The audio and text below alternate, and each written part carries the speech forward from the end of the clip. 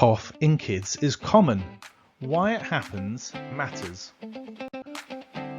Under 1 year of age is most likely to be bronchiolitis.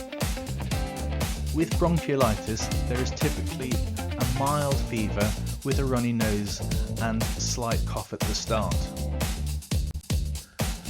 Under the age of 6, croup is common.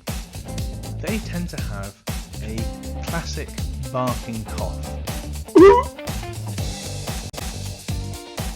Is there a wheeze or a cough that's worse at night?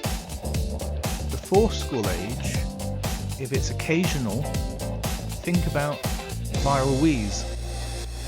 Once they've started at school, and perhaps if it's happening all the time, think about asthma. If there's a high temperature, think about why. Could they have flu? Maybe they have tonsillitis. How about pneumonia, a chest infection? This can usually be treated simply with pain relief or antipyretics to help the child feel comfortable. Only in moderate or severe infection are antibiotics needed. So, how do you know when to worry? Think about if the breathing looks difficult. Are they tired or do they look agitated? Do they look dry or perhaps they look pale? To make sure you're not missing anything, check the vital signs, including the oxygen saturations. Wherever possible, treat the cause.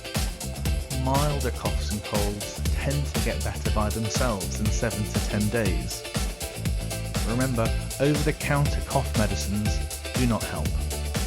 Unlicensed nebulizers at home can be dangerous. And whilst it's not a treatment, over the age of 1, honey is safe for use. There are many other causes of cough, but these are the common ones that have just lasted a few days. And remember,